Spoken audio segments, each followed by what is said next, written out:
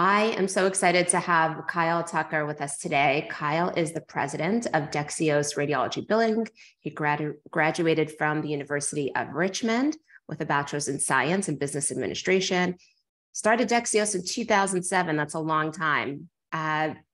He's a member of HBMA, and we've met during HBMA stuff. So, Kyle, welcome to the podcast, and it's good to have you. So tell us, I know that you focus primarily on radiology, and I'm curious about that. Did you do that the entire time you've had the billing company, or talk to us about that?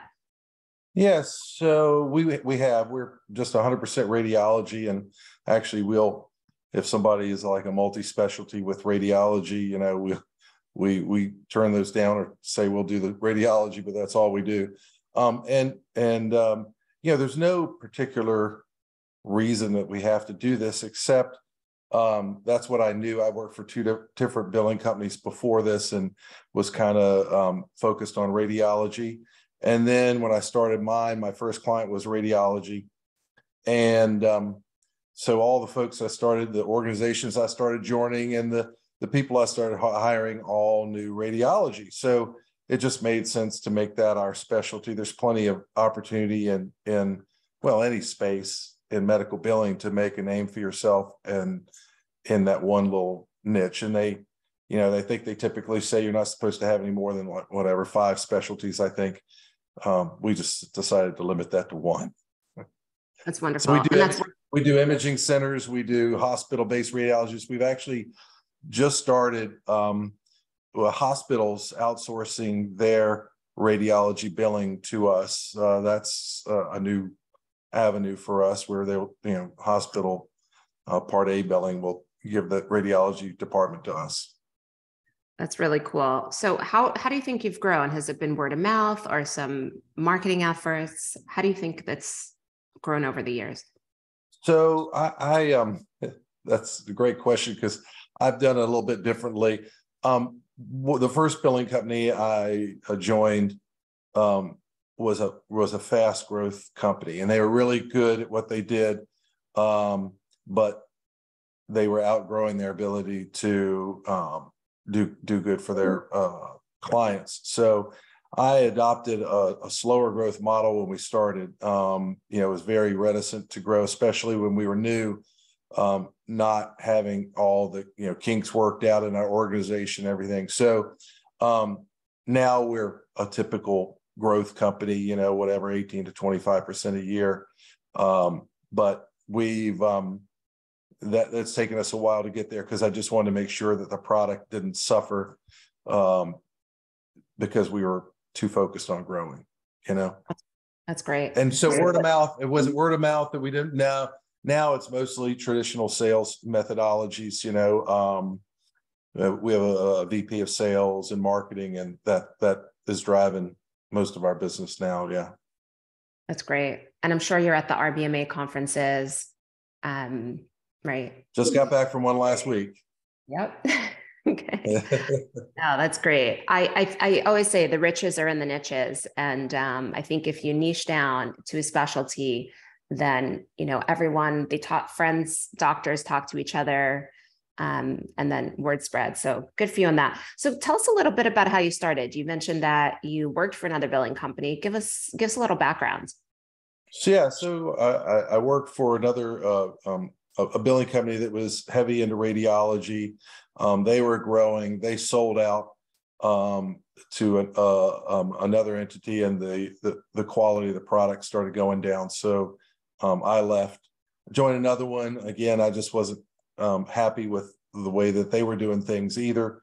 So I decided I thought I could build a better mousetrap. So I started with one little group in South Carolina, and just sort of grew from there. But it was my focus has always been not so much on our profitability, but on our clients' profitability. And I figured the rest would take care of itself. I'll tell you a little backstory to that is my first job when I was in college was working for a local grocery store in Richmond. It was just the Richmond area called U-Crops, but they owned the market. And it was because they were so customer service oriented. They would take your groceries to your car and load your car for you, no tips. Everything was just super high quality, clean store. If you asked somebody where it was, they would drop what they were doing and take you to, what it was you were looking for. And so that was my first job in college. And they, everybody was incredibly loyal to them. And they were, profitable in a very, very, in an industry with very, very tight margins. And I thought, it was a company called U Crops. So I said, if I ever start my own company, I'm going to have, the U Crops model where it's just high customer service and high results and hopefully, that customer loyalty. Now in radiology, there's been a whole lot of consolidation. So we lose clients just like everybody else, but they're not leaving because they're unhappy. They're leaving because they get bought out or they lose a hospital contract or something. But it's hyper competitive in our field, as you know. Yeah, I do. I mean, it's intense, especially with, all the stuff happening offshore, and there's a lot of, I understand there's a lot of competition there. Tell me about what you see as the future in healthcare. Maybe you could speak specifically for radiology. You said there's a lot of consolidation. What have you seen recently in your industry? Yeah, there's just a ton. There's a lot of investment dollars being thrown about, as there is in the billing industry. Any industry with very consistent cash flows, with reasonable margins is going to have a lot of investment dollars thrown around. We probably get approached 2 or 3 times a week, for somebody to buy our company, which we have no interest in doing. But that's one of the main drivers in radiology is just the consolidation and then these national radiology groups. And what we're seeing too is some of these national groups are going into these smaller groups that and going into the hospitals direct. And some of these long-standing professional component hospital-based groups have these very sweetheart deals with the hospital where they're getting stipends and all sorts of things.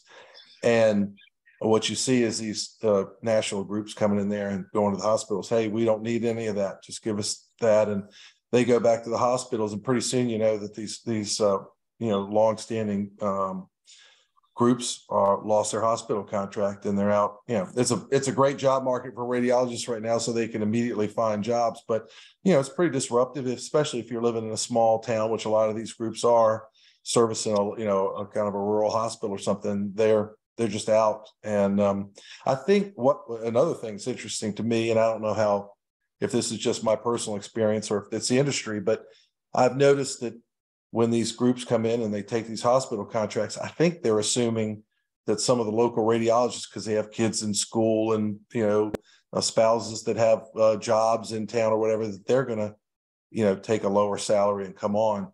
And I'm not seeing that. I'm not seeing any of these groups, any of these doctors going on with these groups. When they do that, they're all just either taking a telerad job or moving. So that's I think one of the main drivers in radiology right now. Plus, you're starting, as you're seeing in medicine in general, a lot of technology. They're talking about artificial intelligence and everything, but I don't think that's really impacting too much. But it's coming. It's on the horizon, and that can really change things. When if AI is going to make up a number 50% of the reads.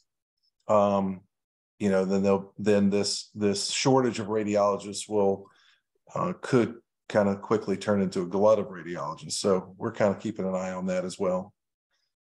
Do you see the automation of the billing side as well as the AI does the reading and the coding of it? Is that a risk on the billing side?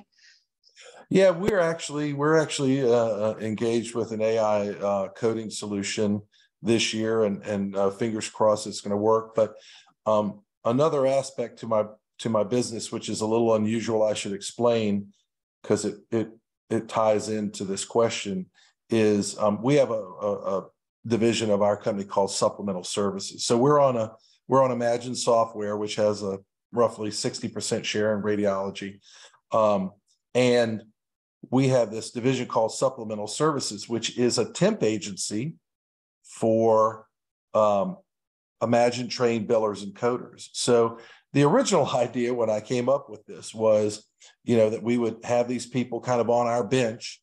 And as we grew, we could pull them back in when we needed them.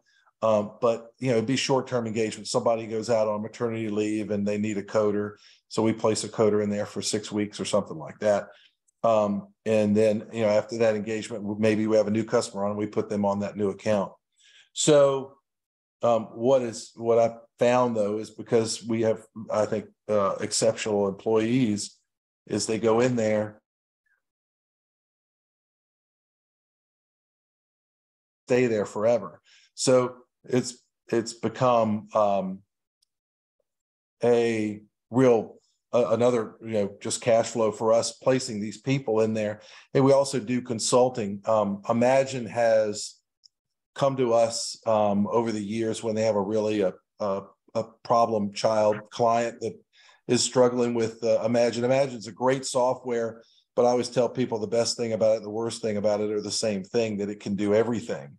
And so it's a little overwhelming when you get involved. And so a lot of these companies, especially if they're these practices, if they're small, they struggle because it's just overwhelming, and maybe they don't have a real deep bench of billing skills or coding skills or the software skills. So anyway, they call us in to help fix those clients. So anyway, we've got this business of supplemental services. So we're going to implement this AI. Back to your original question, I am actually coming back to it, and they, our hope is that if the AI works, and so we'll free up some of our coders, we're not downsizing because we have very loyal employees and we're very loyal to them. We're just going to put them on these supplemental services engagements because we found over the years that there's more demand for our services in that department than we can meet.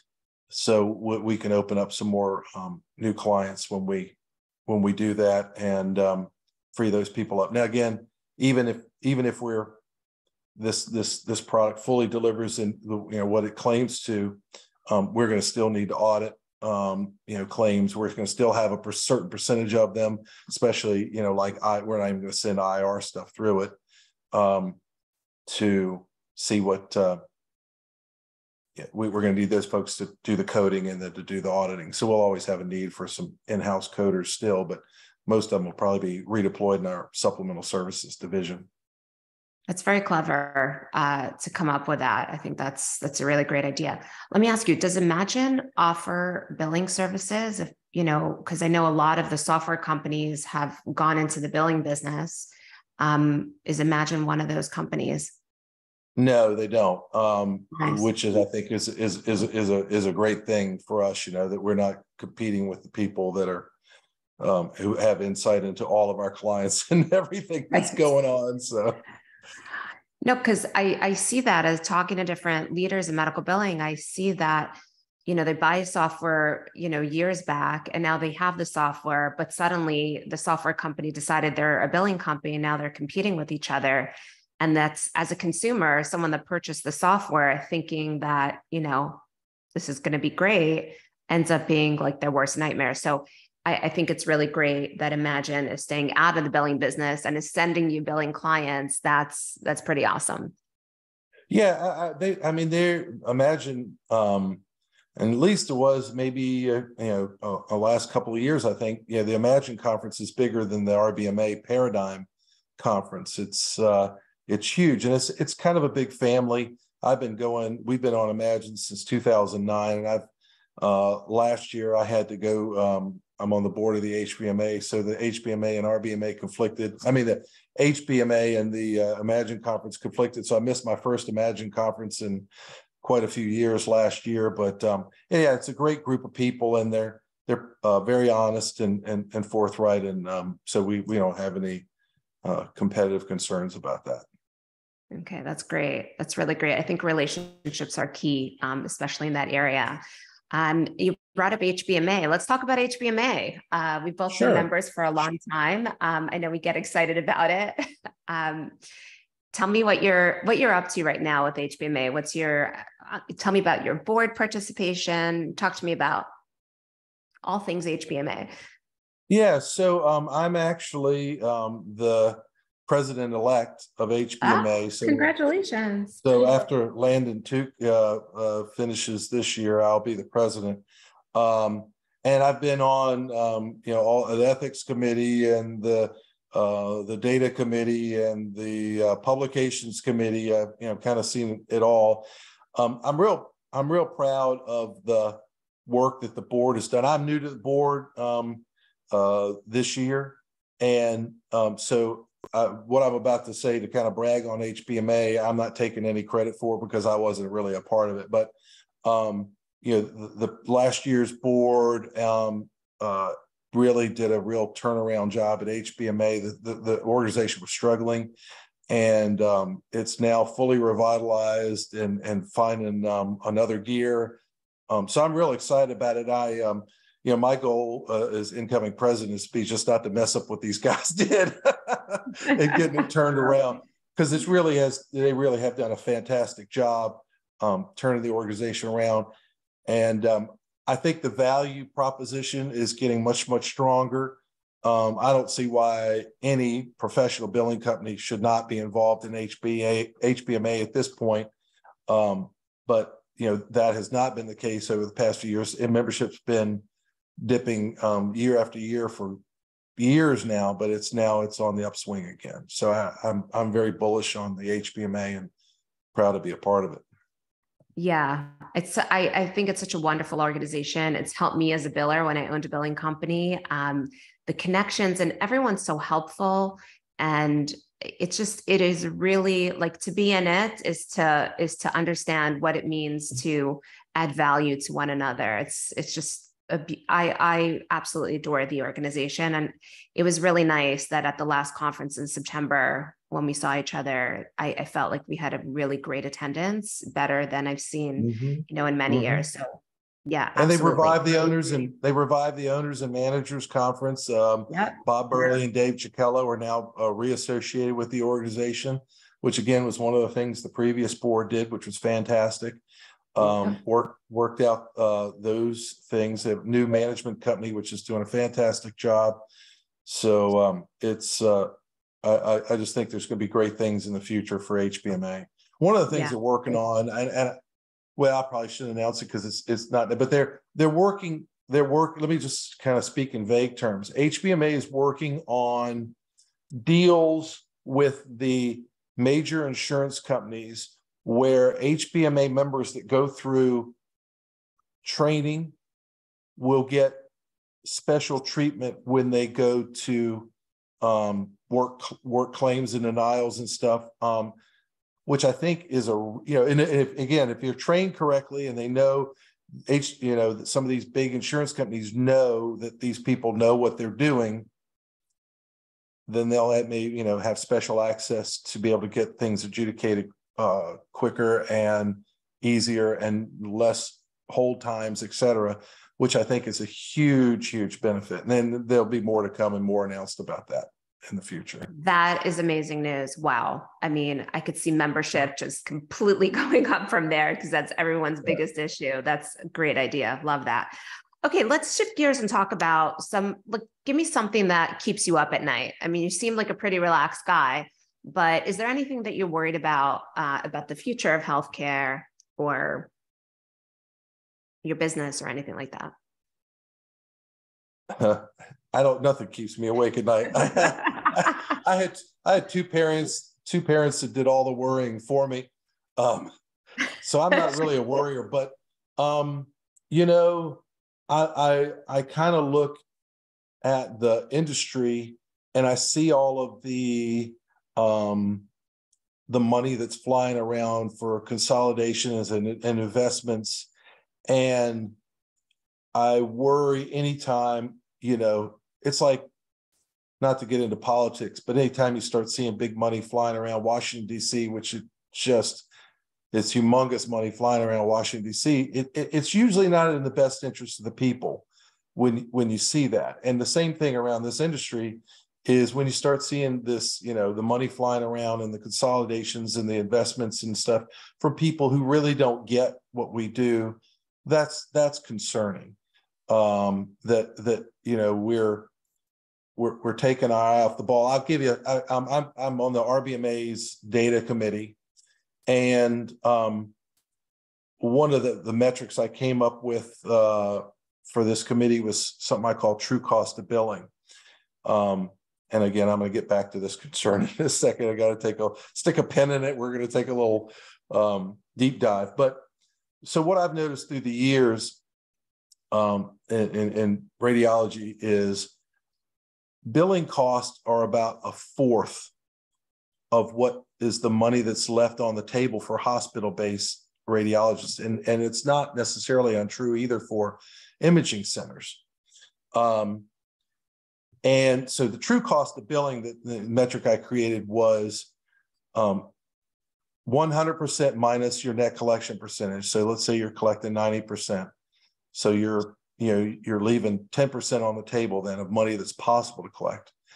Let's say your billing costs are 5%. Your true cost of billing would then be that 10% money left on the table plus 5% billing costs, 15%. Well, just logic would tell you, and I was a finance concentration in college, so I think about the money and stuff like that. 1 point is 1 point. $1 is $1. So if that was your model where you're leaving 10% on the table and you're paying 5%, it stands to reason to me that maybe if you started spending maybe 6%, if that extra percent could bring in 2 or 3 or 4 more percentage points, then you'd be dumb not to do it. But people were not getting this, and it was just one of these sticking points where I've presented hundreds of practice analysis to people, and this is a sticking point with people. They don't understand that if your billing costs are they radiologists in particular focus a lot on billing cost, but they don't focus as much on the money left on the table. My company, we don't have any clients collecting less than 95%, hospital-based or imaging center-based. And the national average is somewhere in the low 80s for hospital-based radiologists. So, I was saying, we need to spend a little bit more to make more. So with this money, with these investors coming in, so go back to where we were talking about, these investors coming in, they're going to want their share, right?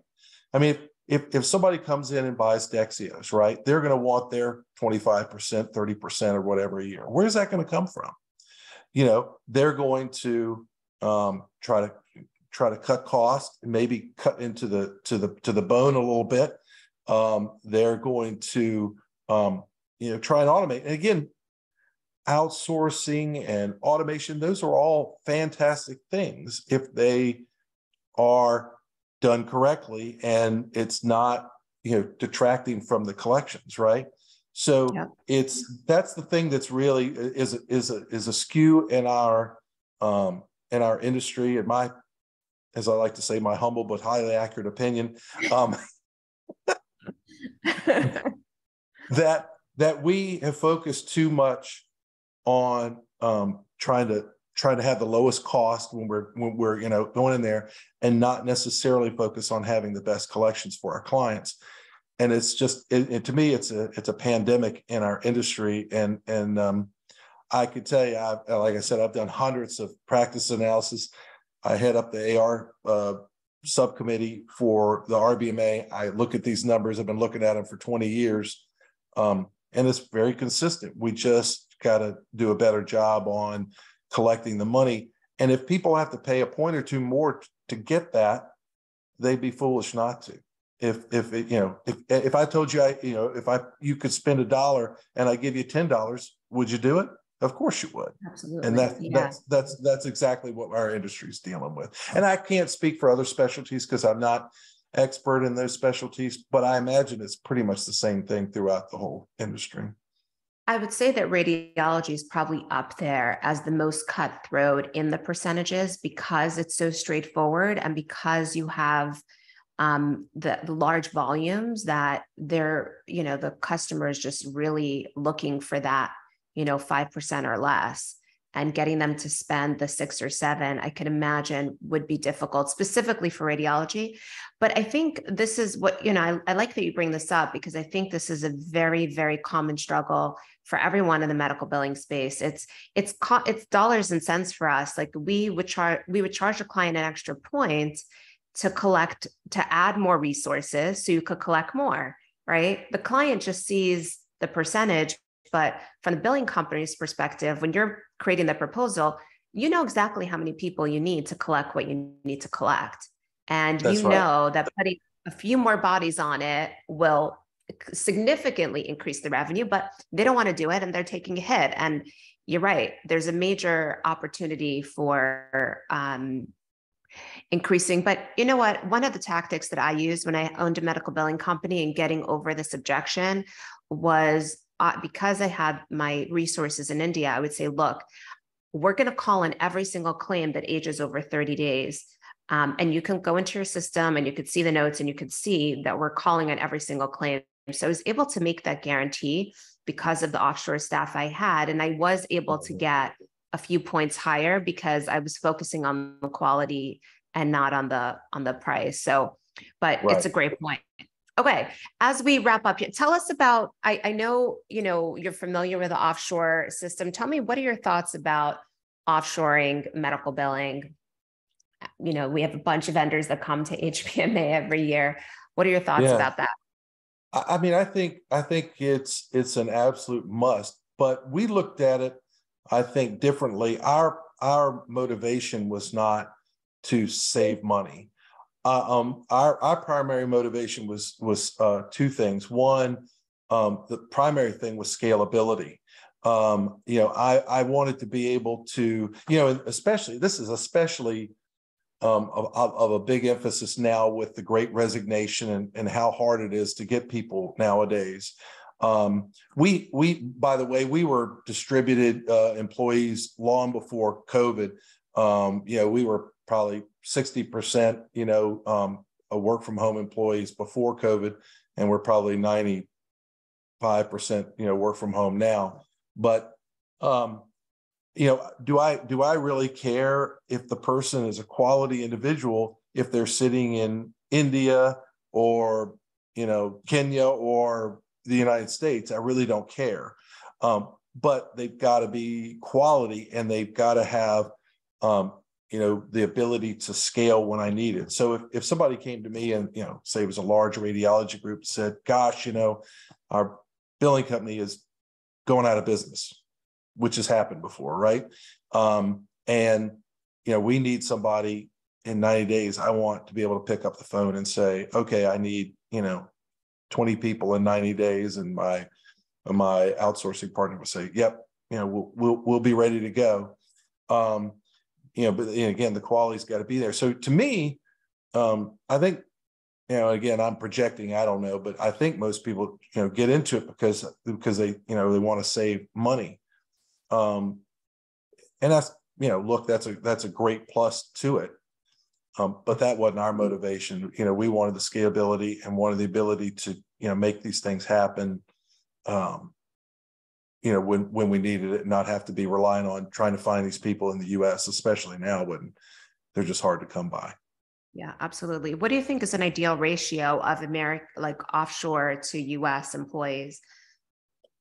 I'm not sure there is a magic ratio. I think the key is, again, that whomever they are, wherever they sit, they're quality people, and they're well trained, and the processes have been well defined.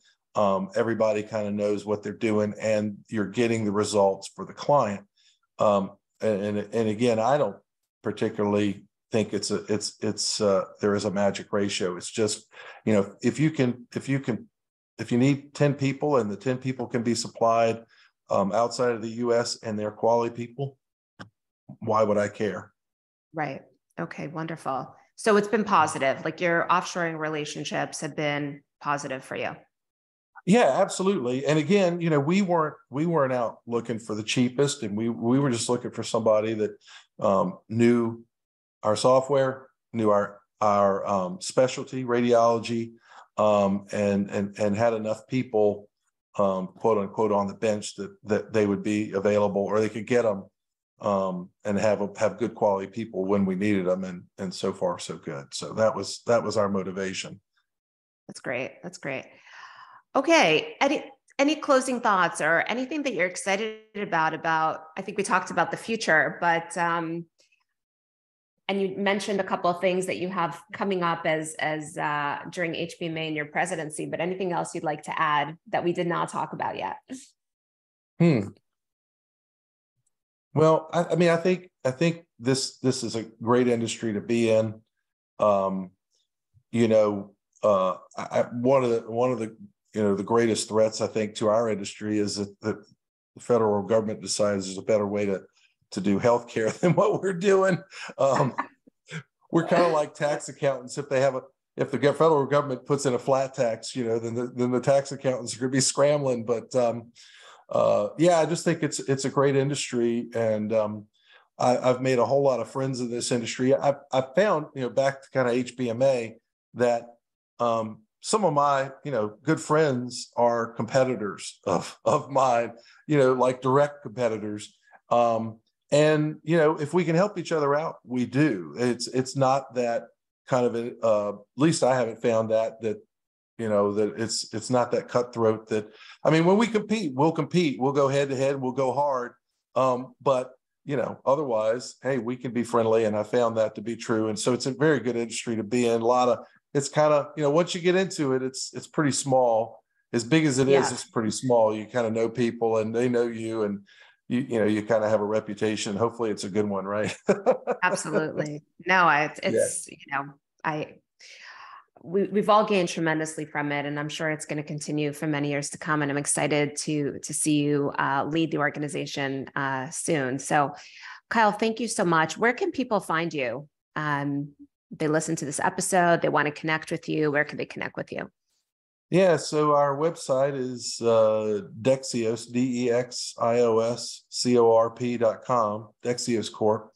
Dexios means right hand. We try to be like the right hand man to our clients. Yeah, they can reach out on there, and they want to submit a form or something there, it'll get to me real quick. Awesome. Thank you so much, Kyle. This is a pleasure. All right, Channy, thank you.